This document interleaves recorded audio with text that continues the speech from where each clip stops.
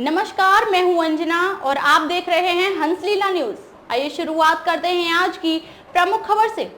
KMP Mandothi toll पर 11 जून को जनता संसद होगी ऐतिहासिक, रमेश दलाल। हरियाणा को मिले अपना हाईकोर्ट, रमेश दलाल।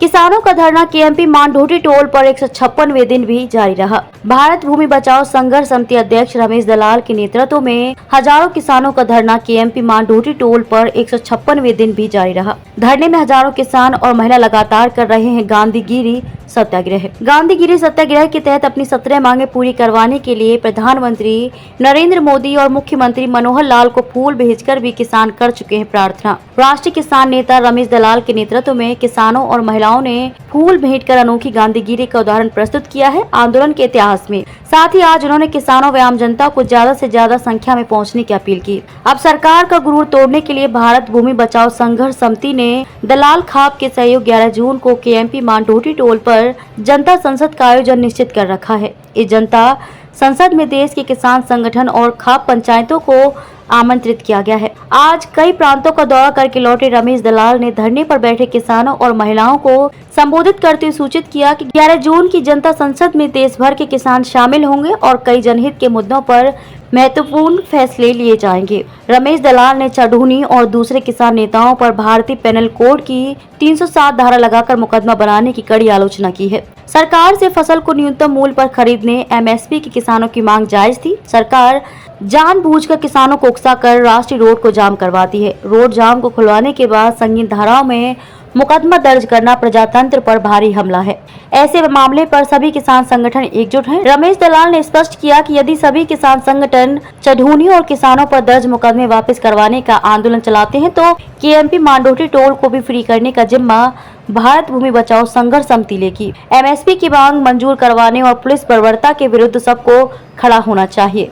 राष्ट्रीय किसान नेता रमेश दलाल ने कहा कि 11 जून को आयोजित जनता संसद में एमएसपी और पुलिस बर्बरता पर भी कोई ठोस फैसला लिया जा सकता है। साथ ही उन्होंने कहा कि हरियाणा को भी एक हाईकोर्ट दिया जाए। उन्होंने कहा कि यदि गांधीवादी प्रदर्शनकारियों पर पुलिस लाठियां बरसाएगी और उन पर संगीन धाराओं में मुकदमा दर्ज कराया जाएगा तो फिर प्रजातंत्र तो खत्म हो चुका है। शांतिपूर्वक आंदोलन सरकार करने नहीं देती। इस प्रकार सरकार का गुरूर चरम सीमा पर पहुंच गया है।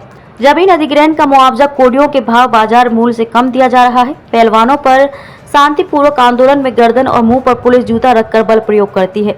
यदि इस पर भी जनता संसद चुप रहेगी तो फिर तो पाकिस्तान से भी बुरे दिन इस भारत में आ गए हैं। जल और भूमि युद्ध 5 जनवरी से मांडोटी टोल प्लाजा पर जारी है। अब 11 जून को जनता संसद में कुछ कठोर फैसले लिए जाएंगे, इसलिए जनता को ज्यादा से ज्यादा संख्या में पहुँचने की अपील रमेश दलाल ने की है। अधिग्रहण के मामले में चाहे वो रेल में जाए, रोड में जाए या जो पावर लाइन ऊपर से जाती है और खेत खराब होता है उसमें बाजार मूल्य का 4 गुना मिलना चाहिए और 2 किलोमीटर दोनों तरफ का रोड और रेल मार्ग पर जमीन अधिग्रहण का नया कानून में हरियाणा में संशोधन हुआ है, उसको रद्द किया जाए या उसमें संशोधन किया जाए और एमएसपी की गारंटी और कर्जा मुक्त किसान हो, ये हमारी खेती संबंधित मांग है। उसमें दिल्ली की नया मास्टर प्लान है, उसमें संशोधन के कुछ मामले हैं। इसके अतिरिक्त जो हाई कोर्ट का जो मुद्दा है हरियाणा का अलग से, वो बहुत जरूरी, क्योंकि मैंने आपको जैसे बताया कि एक बार 2002 में चौटाला साहब के समय, फिर भूपेंद्र हुड्डा साहब के समय 2005 में, फिर मुख्यमंत्री मनोहर लाल के समय 2017 में हरियाणा विधानसभा ने अलग से हाई कोर्ट बनाने का सर्वसम्मति से प्रस्ताव पास किया है। लेकिन तीनों मुख्यमंत्रियों के प्रयास के बावजूद भी हमारा आज तक हरियाणा का अलग से हाई कोर्ट नहीं बना। अब हमने उसको जनता का मुद्दा बनाया है, तो हम चाहते हैं कि हमारा अलग से हरियाणा का हाई कोर्ट बने, उससे रोजगार के अवसर बहुत मिलेंगे और जो बहुत सारे लंबित मामले हैं उनमें जल्दी से न्याय मिलेगा।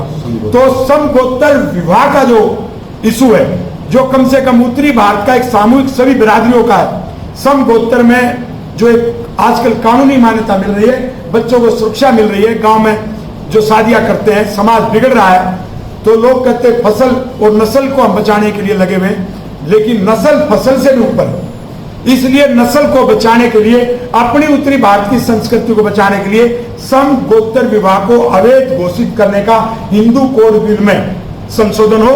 और भी जो अनेक मुद्दे हैं हमने ब्रीफ में आपसे बताए, तो हम इस सब पे जनता संसद 11 जून केएमपी मांडोटी टोल प्लाजा भादुवट जज्जर हरियाणा में जो होने वाली जनता संसद है उन पर विचार विमर्श करके राष्ट्रीय और अंतर्राष्ट्रीय स्तर के मुद्दों पर भी खाप पंचायत और जनता संसद और सभी संगठन वो अपना निर्णय देंगे और कुछ बहुत महत्वपूर्ण फैसले लेंगे और ये जनता संसद ऐतिहासिक बनने जा रही है। कहाँ के लोग हिस्सा लेंगे इसमें? लेंगे राजस्थान, पंजाब, हरियाणा, उत्तर प्रदेश, दिल्ली, ये तो है, बाकी भी कई प्रांतों के इसमें हिस्सा लेंगे।